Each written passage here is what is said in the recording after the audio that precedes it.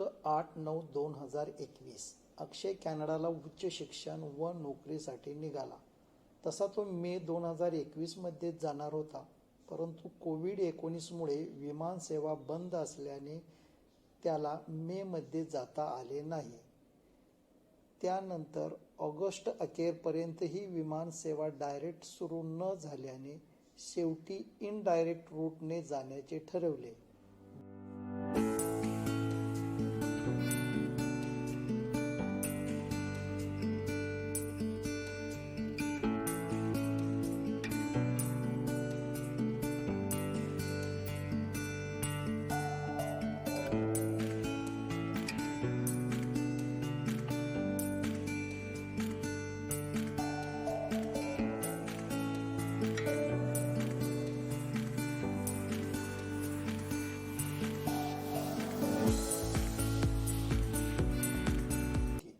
परंतु मे मध्ये जाता आले नाही व आता सप्टेंबर मिस करायचा नाही हे त्यांनी ठरवले होते.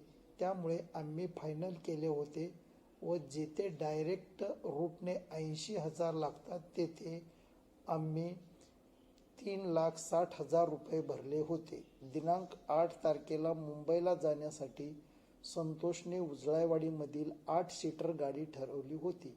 आम्ही अगोदर जाण्यासाठी कोल्हापूर ते मुंबई विमानाने जाण्याचे ठरवले होते, परंतु लगेज खर्च इतका जादा होता की आम्ही गाडी करून जाण्याचे ठरवले. आमच्याकडे 23 किलोच्या 2 बॅगा व 7 किलोची 1 बॅग होती. 8 तारखेला सायंकाळी 5 वाजता मुंबईसाठी जाण्याचे ठरवले होते, परंतु आम्हास निघण्यास रात्रीचे 8 वाजले.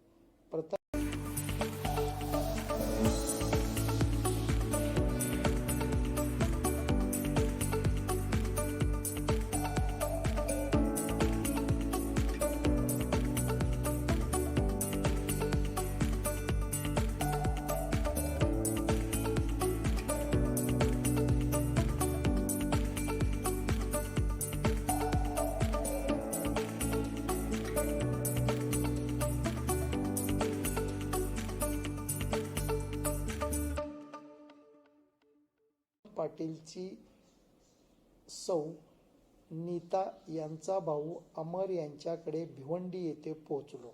तेथे सकाळी सर्वांनी अंघोळ केल्या, चहा नाश्ता केला. त्यांनी आमचे आदरातिथ्य खूपच चांगले केले. अमर ठाण्याला पोलीस सेवेत कार्यरत असल्याने तो आमच्याबरोबर सकाळी ठाण्यापर्यंत आला. आम्ही सकाळी 9:30 वाजता विमानतळाकडे रवाना झालो. रस्त्याने मुंबईमध्ये खूपच ट्रॅफिक होते. पाऊसही अधूनमधून सारखा येत होता. सकाळी 11 वाजता आम्ही छत्रपती शिवाजी महाराज इंटरनॅशनल विमानतळ मुंबई येथे पोहोचलो. खूपच भव्य व दिव्य विमानतळ आहे. तेथे आमच्या अगोदर अक्षय सोबत जाणारे त्याचे मित्र सुधांशू व ॲनी आलेले होते, परंतु आम्ही 6 नंबरच्या गेटला होतो तर ते 3 व 4 नंबरच्या गेटला थांबले होते. अक्षयने त्या दोघांबरोबर संपर्क केला व सर्वजण 6 नंबरच्या गेटला एकत्र आलो. सुधांशू बरोबर त्याचे आई वडील भाऊ असा परिवार होता, तर ॲनी बरोबरही तिचे आई वडील व घरातील इतर मंडळी होते. आम्ही त्यांच्याबरोबर परिचय केला. एकमेकांचे संपर्कासाठी फोन नंबर घेतले. मुले जात असल्याबद्दल सगळ्यांनाच दुःखही होत होते, तसेच त्यांचे उज्ज्वल भविष्य घडत असल्यामुळे आनंदही होत होता. आम्ही सर्वांनी त्या तिघांना निरोप दिला व ते सकाळी 11:45 वाजता आतमध्ये गेले. त्यानंतर ते दुबई मार्गे इजिप्तला जाणार होते. काही वेळ सर्वजण तेथेच थांबलो.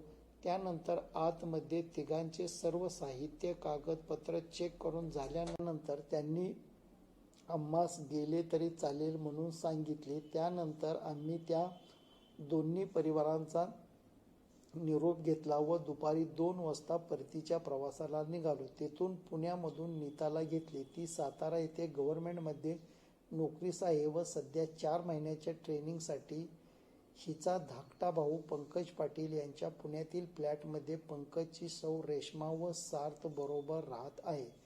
10 तारखेपासून गणपती सुरू होत असल्यामुळे तिला सुट्टी होती, त्यामुळे ती आमच्या बरोबर येणार होती.